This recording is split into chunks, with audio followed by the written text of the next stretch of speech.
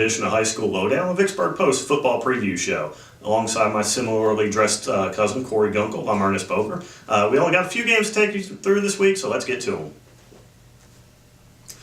And we'll start the whip-around coverage of this week's games at Vicksburg High's Memorial Stadium, where the Gators will take on Neshoba Central, the final game of the season for the Gators. They were eliminated from playoff contention last week with a loss to Callaway. So talking to Coach Marcus Rogers this week, he said this one's really more about the future. This is about, you want to send the seniors out on a good note, but you also want to get some young guys some playing time and kind of build for that next season, going into the next season with a good positive taste in your mouth. Yeah, absolutely. I mean, this is just kind of a momentum game. I mean, like you said, you got to get your young guys in there. I know quarterback Joe Johnson, who Rogers believes is the future of that team, he's going into 10th grade, so he'll see a lot of playing time. And then a lot of the younger guys that he's already brought up will see significant playing time. So momentum, getting a good taste in your mouth, ending the season, and just trying to get a little bit of a spark going into next year is probably what you're looking for in this one. Right, and the Gators really they just need something positive to go with after the last few weeks and missing out on the playoffs. The offense has really sputtered, which is I know embarrassing for them, especially for Coach Rogers, an offensive coach.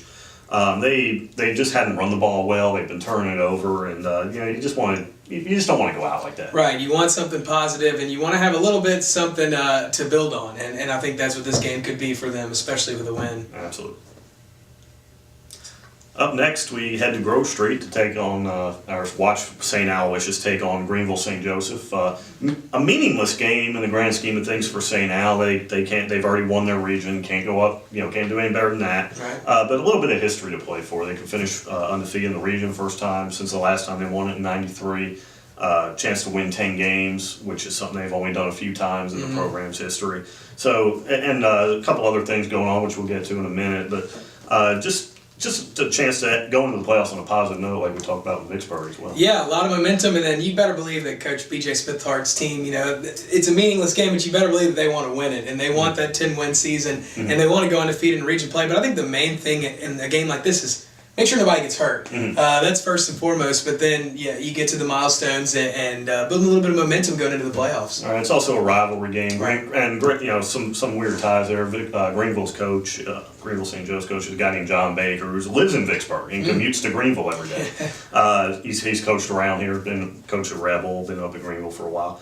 And also Jimmy Salmon, got to give a shout out to him, longtime assistant coach. We'll have the field house named for him at halftime. So a lot of alumni, a lot of former players going to be there. Should be a big crowd, even with 3 games in town. Oh yeah.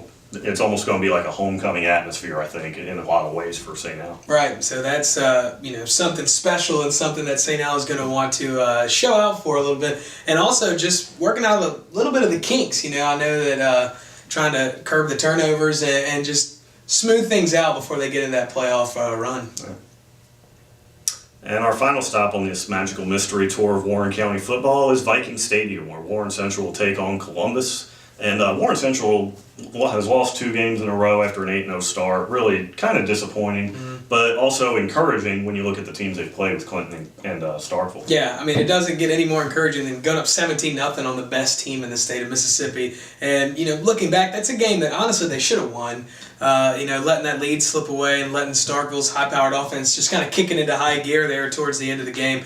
But this is a bounce-back game. This is one that you have to have not only for playoff seeding, but just for your mental faculties and to be able to go into the postseason not on a 3-game losing streak and having to go to South Panola, undefeated South Panola at that, and go up there and play. And I'll let you get into the specifics on the playoff seeding, but for me, this is a game that Warren Central needs for up here. Yeah, absolutely. That's more, especially the players and coaches we're talking about, is more, like you said, up here.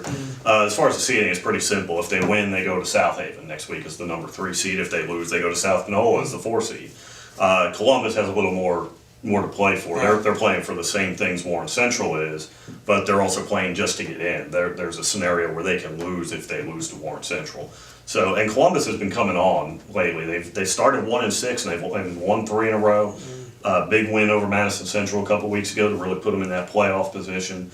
And really a team that was expected to do pretty well at the beginning of the year, stumbled against some really tough competition, but has really pulled it together here the second half of the season. Yeah, and another interesting little narrative that I'm going to look for this week is Alex Stevens got hurt last week, and he didn't re-enter the game. I don't know what his status is going forward. And I know Josh Morgan, head coach of Warren Central, said he's going to take it day by day. But to see if he's healthy, that'll be a little interesting side note to this game. Right, and Warren Central, of course, already without one of their best linebackers, Derek Thomas, tore his ACL against Murrah.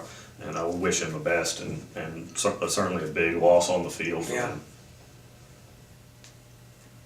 Thanks for tuning in to this edition of the High School Lowdown. For live scores on Friday night, check us out on Twitter at Vicksburg Post Sports. That's VIXPOSTSPORTS. Check us out online after the games at VicksburgPost.com, the traditional spelling, VICKSBURG, Post.com. Check us out on the newsstand Saturday morning. Or follow us on Facebook. We got posts there. We got plenty of stuff on Twitter. Just check us out any which way you can. Until next week, that's Corey Gunkel. I'm Ernest Boat.